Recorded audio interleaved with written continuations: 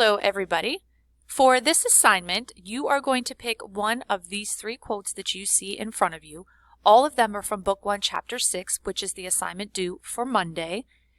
Whenever you read these quotes, think back to that part in the chapter and pick one of these three that stand out to you, meaning you had an aha moment, you had a question, you thought it spoke volumes about the character, about a theme, about anything.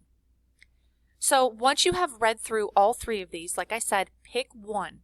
And in Friday's assignment, Friday the 18th, you're going to see a discussion question section.